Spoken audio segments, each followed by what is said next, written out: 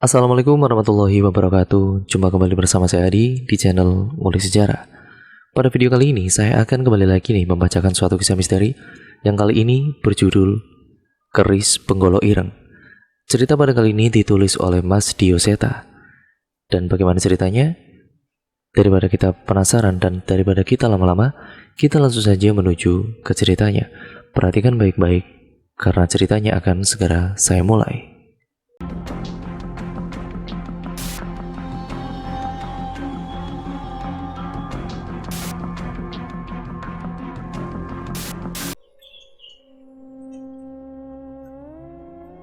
Part yang pertama adalah lilin tengah malam. Malam itu hujan deras mengguyur seluruh desa tanpa henti.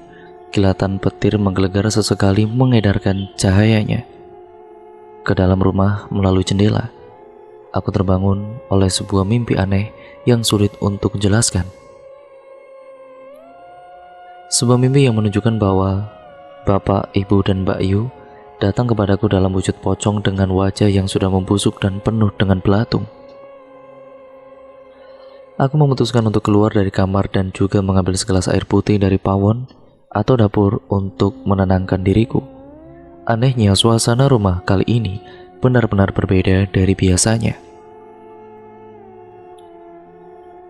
Bukan lampu-lampu bolam kuning yang biasa menerangi ruangan-ruangan saat malam, melainkan malah lilin-lilin yang dipasang secara teratur yang terlihat menerangi ruangan.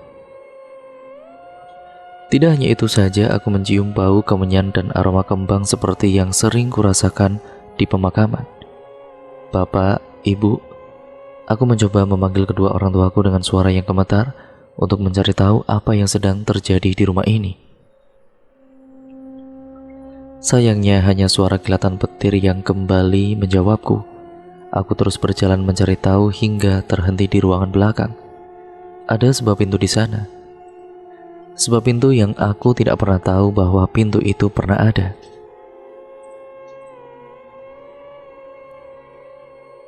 Dulunya posisi itu selalu ditutup oleh lemari jati besar dan juga megah dengan ukirannya yang menawan yang sekarang sudah berpindah tidak jauh dari posisi sebelumnya. Aroma kemenyan tercium semakin jelas dan lagi cahaya terang dari beberapa lilin juga terlihat di sana. Sebuah perasaan yang aneh menyelimuti pikiranku, namun aku masih ingin memastikan apa yang sedang terjadi di rumah ini. Mimpi, ini pasti mimpi. Setidaknya itulah harapan yang kurasakan saat memasuki ruangan ini, karena sudah pasti aku akan sulit mempercayai apa yang aku lihat. Di ruangan itu ibu tergantung terbalik tanpa selai benang pun, dengan darah yang tidak berhenti mengalir dari setiap lukanya. Aku mencari keberadaan wajahnya, namun saat kutemukan bola matanya sudah tidak lagi ada di tempatnya. Di sebelahnya juga tergantung jasad Mbak Yuku, kakak perempuanku, dengan nasib yang sama dengan darah yang menggenang di bawahnya.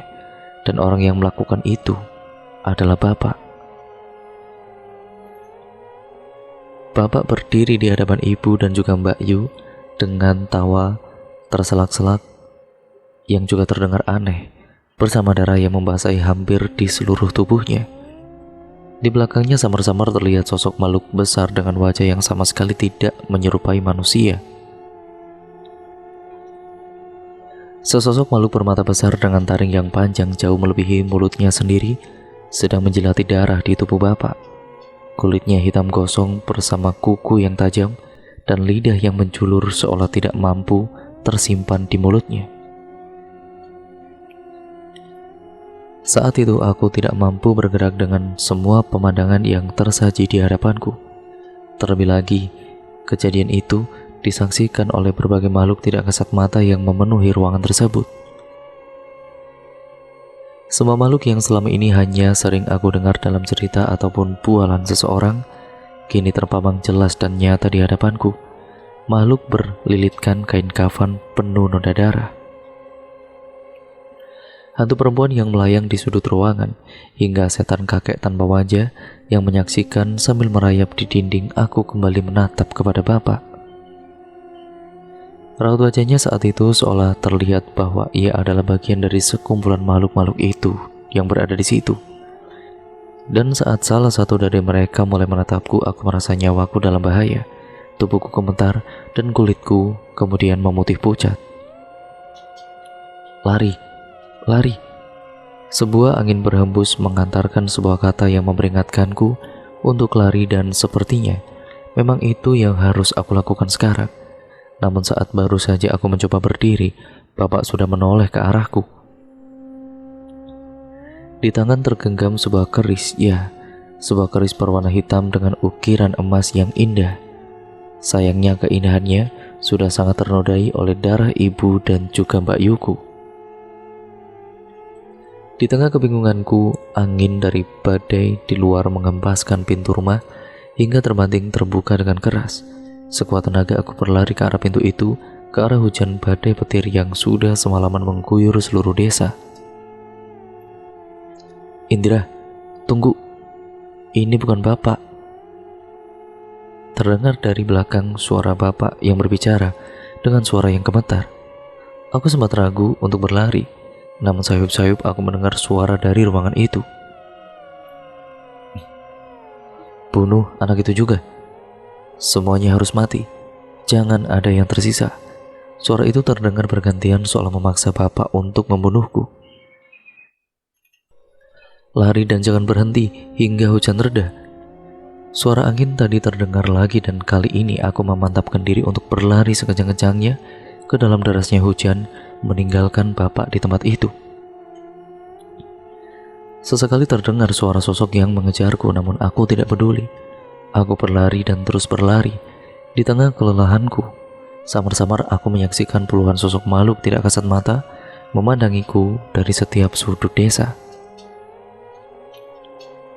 Namun aku teringat akan suara berisik tadi, yaitu suara yang berbisik di telingaku, dan terus berlari hingga hujan ini berhenti. Semua ini jauh di luar akal sehatku.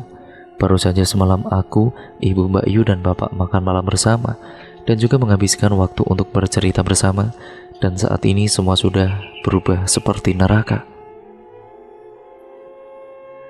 Apa yang merubah bapak hingga sampai seperti itu? Sebuah keris. Di genggaman bapak ada sebuah keris yang memancarkan kekuatan hitam. Aku teringat sebuah kejadian di mana kedua pamanku memperebutkan kepemilikan keris yang digenggam oleh bapak. Sebuah keris warisan keluarga kerajaan yang turun-temurun, entah bagaimana ceritanya, selalu dimiliki oleh keturunan keluargaku. Konon menurut cerita, keris itu mampu menaikkan derajat pemiliknya dan memberikan kesaktian yang sangat luar biasa. Perbuatan pusaka itu mengakibatkan perang santet antara kedua saudara bapak, istri dari Pak D. Sunar, sampai kehilangan penglihatannya. Sedangkan anak dari Pak Deyanto kehilangan kewarasan sampai bertingkah seperti orang gila. Hal ini membuat bapak sebagai anak tertua yang sebenarnya tidak berminat dengan pusaka itu mengambil alih kepemilikan pusaka itu hingga nanti salah satu dari kedua saudaranya ada yang mau mengalah. Apakah kejadian ini ada hubungannya dengan hal itu? Apakah dengan kedua pamanku? Apakah ini adalah kutukan dari keris itu? Sebuah keris pusaka keluarga yang menurut cerita bapak selalu membawa kesejahteraan sekaligus petaka saat memilikinya. Sebuah keris pusaka dengan ukiran yang indah namun kekuatan hitam yang tidak pernah berhenti terpancar setiap ia terlepas dari warangkanya. Sebuah keris yang kami sebut dengan nama keris Penggolo Ireng. Kemudian tarian nenek terkutuk. Keris Doro Songgo Kolo sampun bangkit, banjir gete wis ora iso dihindari. Keris Doro Songgo Kolo sudah bangkit, banjir darah sudah tidak bisa dihindari. Seseorang, entah pria atau wanita, aku melihatnya dengan samar-samar. Ia mengatakan hal itu dalam mimpiku sebelum akhirnya tersadar dan terbangun di sebuah rumah kayu tua dengan kain basah yang menempel di dahiku. Tubuhku lemas, aku menyentuh leher dan dahiku dan juga menepati hawa panas dan dari sentuhan kulitku itu. Sepertinya aku demam semalaman, tapi ini di mana? Aku mencoba untuk berdiri namun tubuhku terlalu lemah. Pandanganku kembali berputar ketika aku mengangkat kepalaku sebelum akhirnya kembali terbaring di kasur kapuk lusuh satu-satunya di rumah ini. Cahayu, jangan bangun dulu. Kamu demam tinggi semalaman, nanti tambah parah. Seorang ibu-ibu tua berjalan dengan cepat menghampiriku saat mengetahui aku sudah tersadar. Sepertinya ia pemilik rumah ini. Bu, ini di mana, Bu? Kenapa saya bisa ada di sini? Ini rumah saya. Panggil saja namanya Mbok Nasri. Kamu semalam Mbok temuin pingsan di jalan. Ya udah Mbok angkut pakai gerobak sayur Simbok ke rumah. Jelasnya. Aku mencoba mengingat kejadian semalam. Semua yang kuingat seperti mimpi buruk bagiku, namun keberadaanku di sini memastikan bahwa ibu Mbak Yu benar-benar telah mati di tangan bapak, persis seperti yang kulihat semalam. Saat itu tanpa sadar aku menitikkan air mata, tidak mampu menahan rasa sedihku. Mbok Narsi yang mengerti perasaanku segera meninggalkanku setelah meletakkan segelas teh hangat di meja kecil di sampingku. Ya sudah, Mbok tinggal dulu biar kamu tenang. Tehnya diminum dulu sambil Mbok carikan sarapan ya, ucap si Mbok dengan penuh perhatian. Iya Mbok, maafin Indira ya Mbok, jawabku. Oh, jadi nama kamu Indira. Ya sudah, istirahat saja. Gak usah mikir macam-macam. Anggap saja rumah sendiri. Lanjut Mbok Nasri yang segera meninggalkanku yang masih berkutat dengan tangisanku ini. Pak, aku meratapi keadaanku saat ini. Apa yang harus aku lakukan? Satu-satunya anggota keluargaku yang masih hidup adalah Bapak. Tapi dialah yang membunuh ibu dan juga Mbak Yu dengan sangat keji. Pak De Sumar dan juga Pak Deyarto. Entah apakah mereka masih waras atau tidak, atau malah mereka lah sumber masalah kejadian semalam. Entahlah, sepertinya tubuhku masih terlalu lemah dan kehilangan kesadaran dengan demam dan rasa sakit di kepala yang terus menggangguku. Di perbatasan kesadaranku, samar-samar aku mendengar suara renta menyanyi dengan melantunkan kata-kata yang terdengar jelas olehku. Putune sing nggawa pati sampun teko, ono janji sing kudu dituntaske.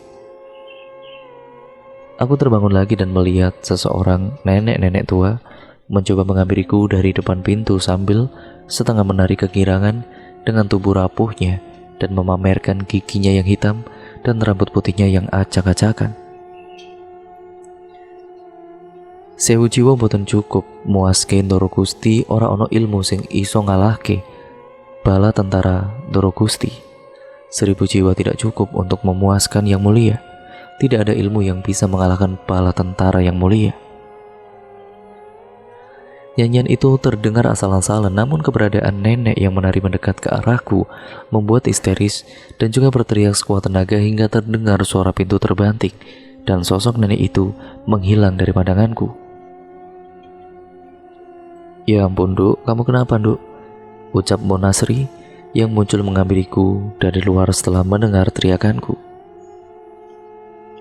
Ada nenek-nenek Mbok, giginya hitam, rambutnya acak-acakan. Dia menari masuk ke rumah sambil nyanyiin lagu yang serem, ucapku ketakutan. Mana? Ora ono Nduk, nggak ada loh, balas Mbok Nasri sambil menoleh ke segala arah di rumahnya sembari memelukku.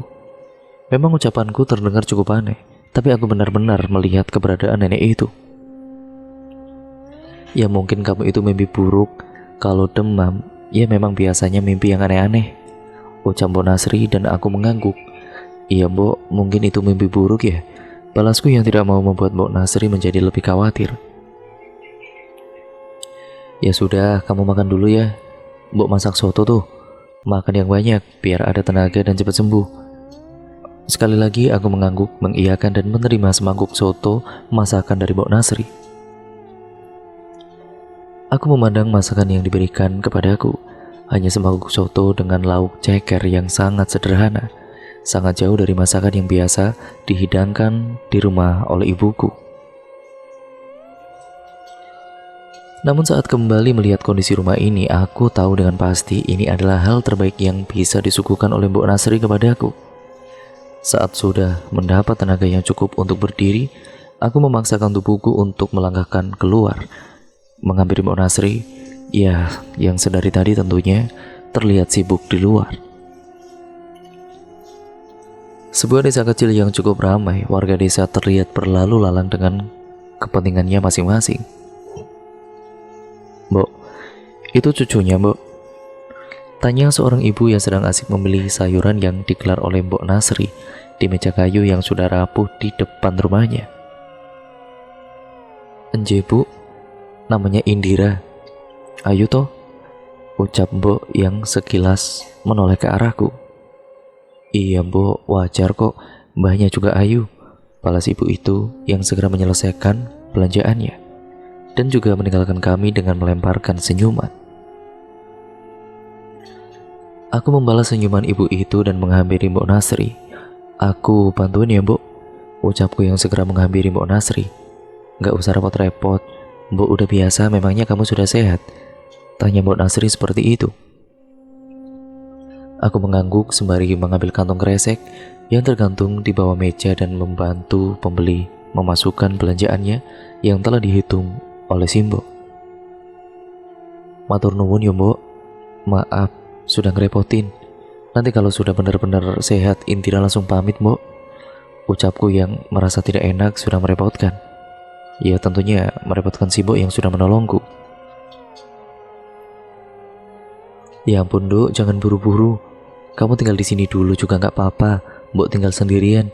Seneng banget kalau ada yang nemenin," ucap si Mbok sambil mengelus-ngelus punggungku. Aku menatap mata Mbok Nasri dan melihat kekecewaan dari matanya saat aku mengucapkan kata pamit tadi. Sepertinya Mbok benar-benar senang ada yang menemaninya di rumah. "Benar, nggak apa-apa, Mbok?" tanyaku dengan suara yang gemetar saat teringat bahwa aku tidak tahu harus kemana setelah ini. "Benar, sudah tinggal saja di sini dulu. Tapi ya mohon maaf, rumah Mbok ya begini adanya. Malah lebih pantas disebut gubuk." "Nggak masalah, Mbok. Kalau boleh saya izin tinggal di sini sampai saya tahu harus kemana," ucapku. Mbok menatap ke arahku dan sekali lagi mengelus-ngelus punggungku. "Iya, Nduk, anggap saja rumah sendiri. Mbok nggak tahu masalah apa yang kamu hadapi, tapi kamu bebas tinggal di sini selama apapun," balas Mbok dengan wajah yang penuh perhatian. Lewat tengah hari, dagangan si Mbok sudah terjual habis dan hanya tersisa sayur-sayur yang tidak layak untuk dijual. Memang sedikit lebih lama daripada pedagang sayur yang berjualan di pasar. Tapi katanya, Mbok lebih nyaman berjualan di rumahnya agar tidak perlu mondar-mandir. Mbok mulai memilih bagian-bagian sayuran yang masih bisa dimakan dan mempersiapkan tungku dan kayu bakar yang ada di pawonnya atau dapurnya. Aku cukup kaget. Saat ini masih ada saja yang menggunakan kayu bakar untuk memasak, padahal kompor gas dan kompor minyak sudah dijual murah di pasaran. "Sudah, Nduk, biar Mbok saja yang masak. Kamu istirahat dulu saja atau jalan-jalan keliling desa. Siapa tahu bisa menjernihkan pikiranmu," ucap si Mbok. Benar juga, mungkin aku bisa menjernihkan pikiranku sambil mencari tahu di mana aku saat ini. "Ya wes, Mbok, aku pamit dulu yo. Hati-hati kalau nyasar, tanya saja rumah Mbok Nasri." "Iya, Mbok." Aku berpamitan dan segera berjalan meninggalkan rumah yang sepertinya terlihat paling tua di antara rumah-rumah lain di desa ini. Sebuah desa dengan bangunan yang berjejer cukup padat. Namun beberapa warga masih memiliki lahan untuk berkebun, sayuran, dan juga memelihara ayam dan kambing. Walaupun di tengah hari, desa ini malah terasa cukup nyaman dan tidak terlalu panas. Mungkin karena masih banyaknya tumbuhan besar di setiap bagian di desa ini, dan lagi ada sebuah hutan di belakang desa yang membuat pemandangan desa ini terlihat sangat sejuk. Desa Wadirejo tertulis di sebuah gapura pintu masuk desa sebagai penanda nama desa tempatku berada saat ini. Aku berjalan cukup jauh hingga menemukan beberapa desa di sekitar desa Wadirejo yang ternyata tidak terlalu jauh dengan desa lainnya. "Mbak bukan orang desa sini ya?" Tiba-tiba terdengar suara seorang laki-laki bersarung dan sedang menuntun sepedanya yang penuh dengan rumput pakan ternak. Bukan, saya cucunya Mbok Nasri. Oh, Mbok Nasri. Aku kok baru tahu kalau Mbok Nasri punya cucu ya. Ayu banget maneh, balasnya. Aku hanya membalas dengan senyuman. Lagi pula aku harus membalas apa ucapan iseng dari seorang anak desa yang kebetulan lewat. Ya wis mbak, kalau mau butuh apa-apa mampir ke rumah saya aja di Gang 7 yang ada kambingnya. Pasti saya bantu. Ucap-ucap itu yang ternyata ramah tidak seperti prasangkaku barusan. Oh iya, kalau sudah malam jangan main ke hutan yo. Katanya kalau malam di sana ada nenek-nenek yang mukanya serem. Ucapnya yang segera pergi meninggalkanku tanpa menjelaskan maksudnya. Nenek. Saat itu juga aku teringat oleh sosok nenek yang menari memasuki rumah Mbok tadi pagi. Seketika perasaanku menjadi tidak enak, angin dingin bertiup mengebus ke leherku. Ya, saat itu juga aku memutuskan untuk kembali ke rumah. Mbok, aku mulih Mbok, aku pulang. Ucapku sembari masuk ke dalam rumah yang sudah dipenuhi aroma masakan yang menggoda. Wah, sop ceker ya Mbok? Ucapku yang mencoba menebak aroma hidangan yang disiapkan oleh si Mbok. Iya, ini sebentar lagi matang. Sana kamu mandi dulu, Mbok udah nyiapin air panas.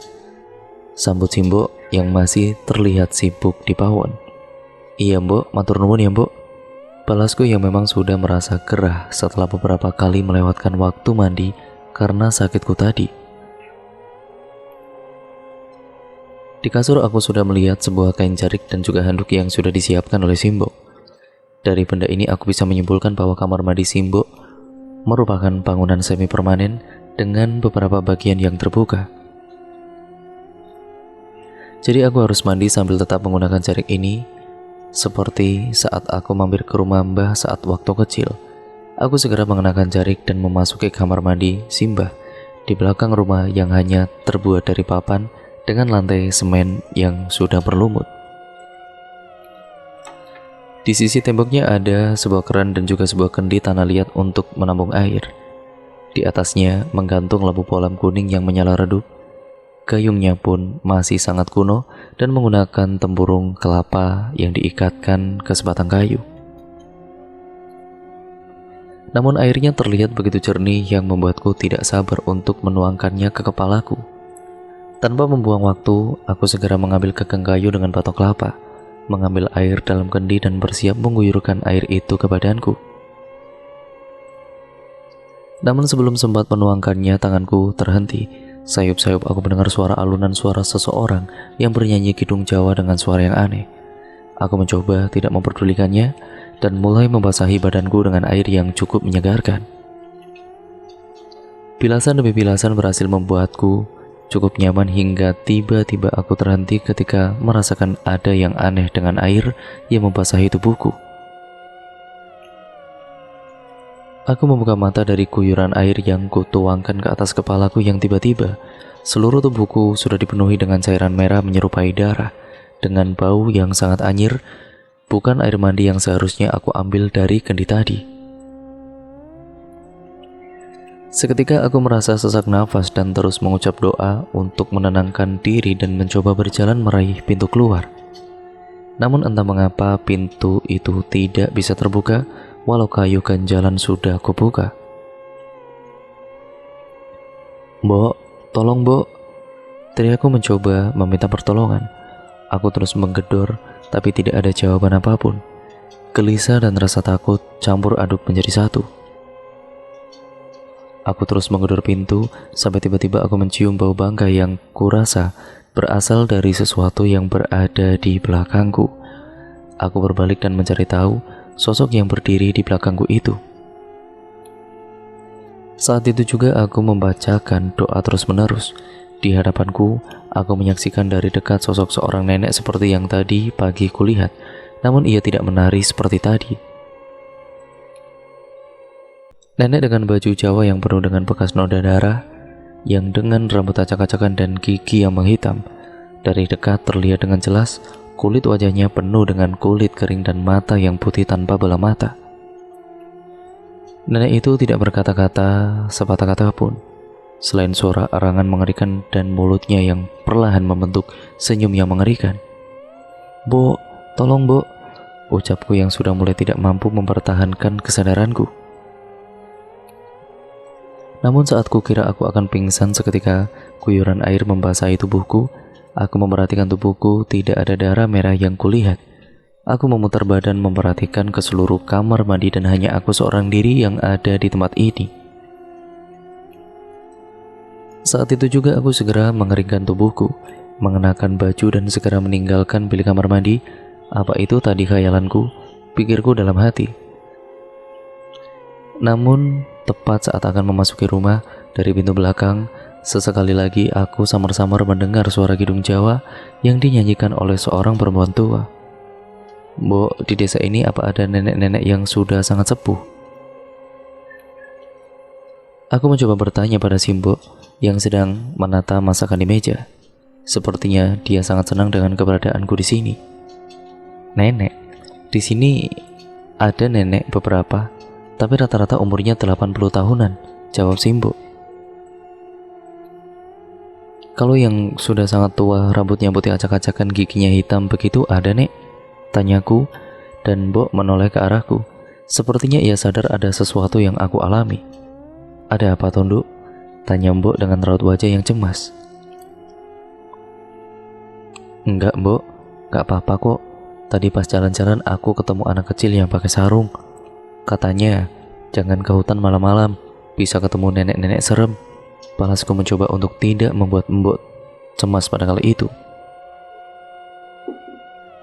"Oh alah, bocah itu lagi." Enggak ada kok, itu bercandaan dia saja. Tapi dia ada benarnya, jangan ke hutan malam-malam, bisa kesasar kamu nanti," balas Mbok. Aku mengangguk dan kembali melanjutkan mengeringkan rambutku sebelum menikmati sajian makan malam sederhana buatan Mbok yang entah terasa begitu enak. Sesekali Mbok bercerita tentang almarhum suaminya dan juga anaknya yang meninggal karena kecelakaan beberapa tahun yang lalu. Ia terlihat begitu kuat dan juga ikhlas dengan takdir yang ia terima. Sangat wajar ia sangat senang dengan keberadaanku di sini. "Nanti jangan tidur malam-malam ya, tubuhmu belum benar-benar pulih. Kalau mau tidur malam ya besok saja. Besok di lapangan belakang desa ada panggung, pasti rame," cerita Mbok kepadaku. "Acara apa toh, Mbok?" "Biasa ada warga desa yang hajatan dan ngundang acara dagelan. Apa wayang orang gitu? Mbok belum tahu jelas acaranya, pokoknya rame banget," jawab Mbok dengan semangat. Aku tersenyum melihat gerakan Mbok saat menceritakan dengan antusias acara yang akan digelar besok. Walau tubuhnya sudah cukup tua, tapi semangat hidupnya masih berapi-api. "Iya Mbok, tak tidur cepat ya Mbok, biar besok bisa lelean," balasku sambil menikmati makan malam sederhana itu bersama Mbok Nasri di rumahnya yang sederhana namun terasa nyaman untuk saat ini. Dan cerita pun akhirnya bersambung ke part yang selanjutnya ya teman-teman, yaitu part yang kedua. Jadi nantikan terus part yang selanjutnya hanya di channel ini. Sekian dan terima kasih untuk dukungan kalian selama ini. Jangan lupa untuk kalian like, komen, dan share video kali ini sebanyak-banyaknya. Dan nantikan terus ya teman-teman. Dan juga jangan lupa kalian subscribe untuk kalian yang belum subscribe, serta nyalakan tombol lonceng notifikasinya agar kalian tidak ketinggalan video terbaru selanjutnya dari channel ini. Sekian, wassalamualaikum warahmatullahi wabarakatuh.